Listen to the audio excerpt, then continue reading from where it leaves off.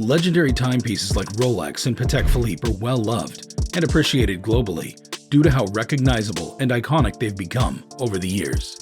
The flip side to the global acclaim and legendary status that these watches enjoy is that they are just as recognizable to criminals who'd go to any length to have them. And with these iconic timepieces likewise being a peculiar class of assets that appreciate remarkably over time, they've especially become the prime targets of organized crime syndicates all over the world. The exact number of legendary watches that have become lost in time still remains unknown. But in this video, we'll be sharing the intriguing stories on the disappearance of the 10 most iconic and legendary watches of all time. Since wristwatches became a thing of class and fashion in the early 19th century, there have continued to be legendary stories of some of the most iconic timepieces getting lost to the ages, craftily stolen, or simply locked away in the exquisite collection of some extremely wealthy and private collectors. So, for a very long time in human history, there has been a documented list of historically relevant and iconic timepieces that have seemingly gone missing. At the very top of this list is the Caroline Murat's Breguet No. 2639. According to popular history, this was the first known wristwatch that was ever made. This elegant wristwatch was specially made for the Queen of Naples in response to a commission from the Queen herself on June 8, 1810. The beautiful and extremely ambitious Queen of Naples would go on to own over 34 clocks and watches during her lifetime, easily earning her a place of pride as the maiden's watchmaker's best client.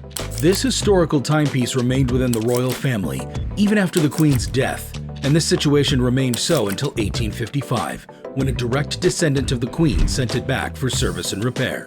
The original entry of this iconic wristwatch remains in the Maison Breguet archives that are preciously conserved at the Breguet Museum in Paris. On page 29 of the archives, records exist of the Queen placing an order for two unusual timepieces.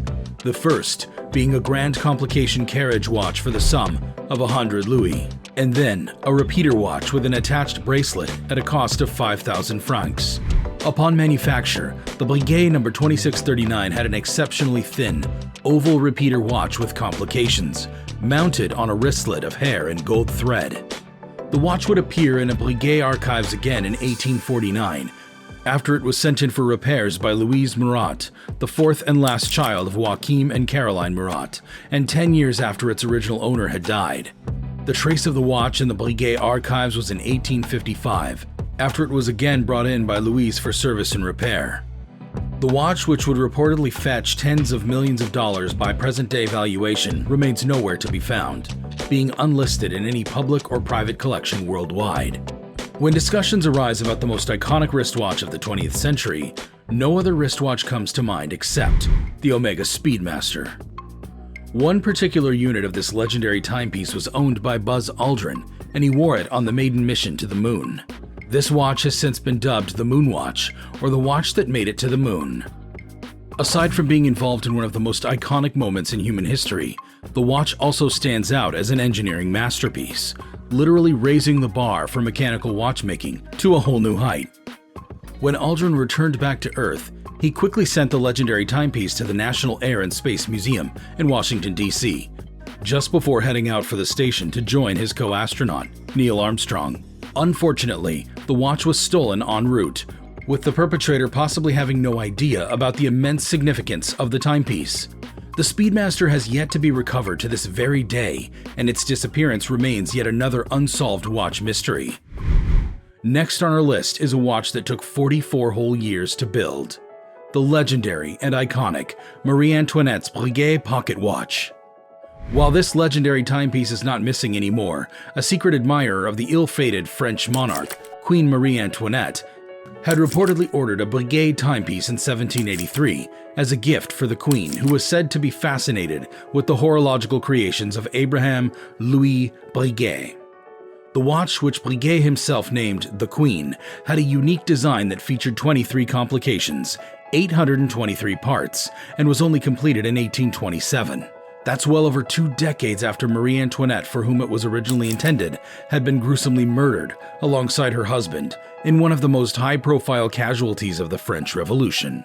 The watch remained with its manufacturers for well over a century since its completion before it was ultimately transferred to the L.A. Mayer Museum of Islamic Art in Jerusalem.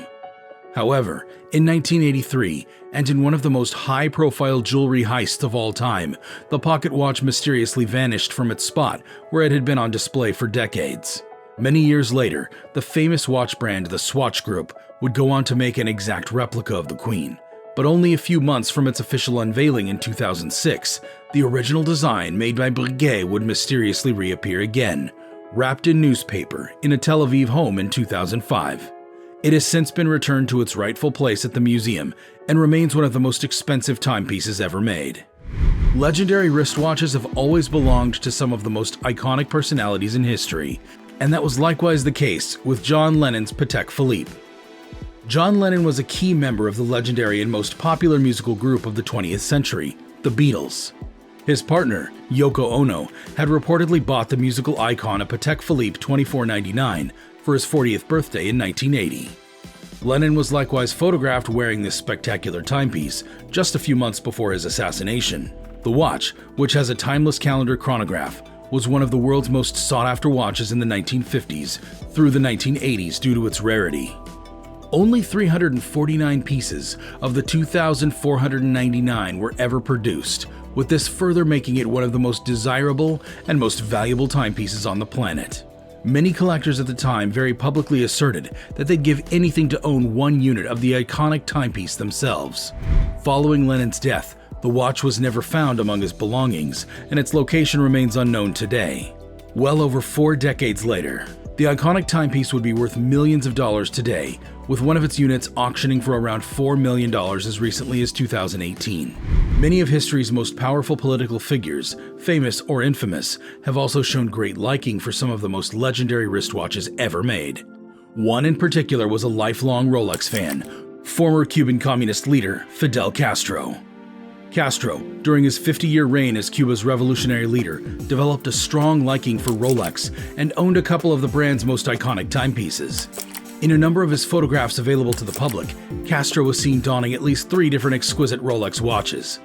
He owned a GMT Master 1675, a no-crown guard, Bakelite bezel 6542, and a Datejust.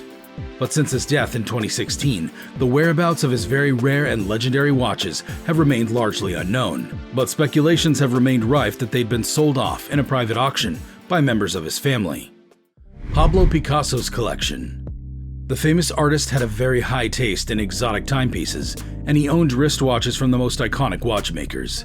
Many of the timepieces in his collection, which primarily included Rolex, Patek Philippe, and Jaeger LeCoultre, frequently featured in some of the most iconic pictures that Picasso himself had taken.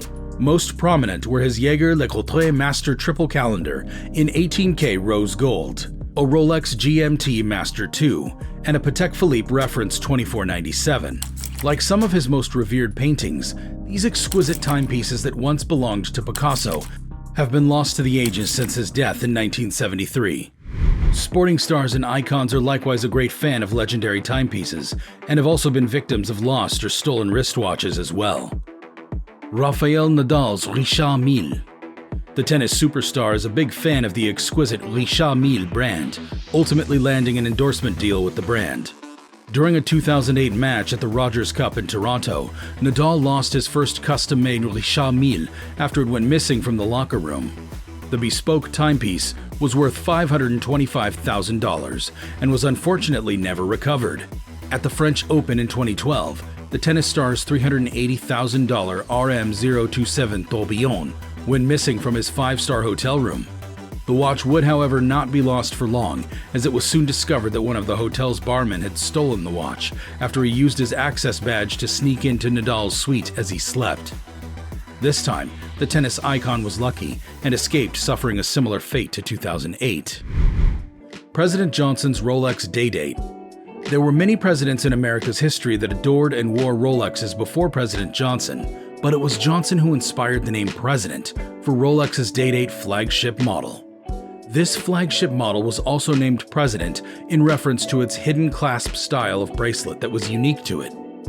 President Johnson's own Rolex has, however, been lost for long and was likewise conspicuously missing during a 2014 rundown of the watches of the Presidents of the United States by popular watch writer Eric Wind. Miles Davis Breitling Navitimer. Miles Davis remains a renowned American trumpeter and jazzman. He's earned his place as an influential figure in the history of 20th century jazz music. Davis owned a Navitimer, which was a very rare piece to own at the time, especially for an African American. Davis can be seen in some of his most famous photos and during his most iconic performances, donning his Breitling Navitimer. Since his death in 1991, however, his legendary Navitimer has disappeared. Paul Newman's custom-made Rolex Daytona 6239. Paul Newman's very own bespoke Daytona 6239 changed the history of Rolex globally and took vintage Rolex collection to a whole other level, essentially molding it into the modern system that still operates in the world today. He owned 5 Daytonas, the bulk of which are rumored to still remain within his immediate family.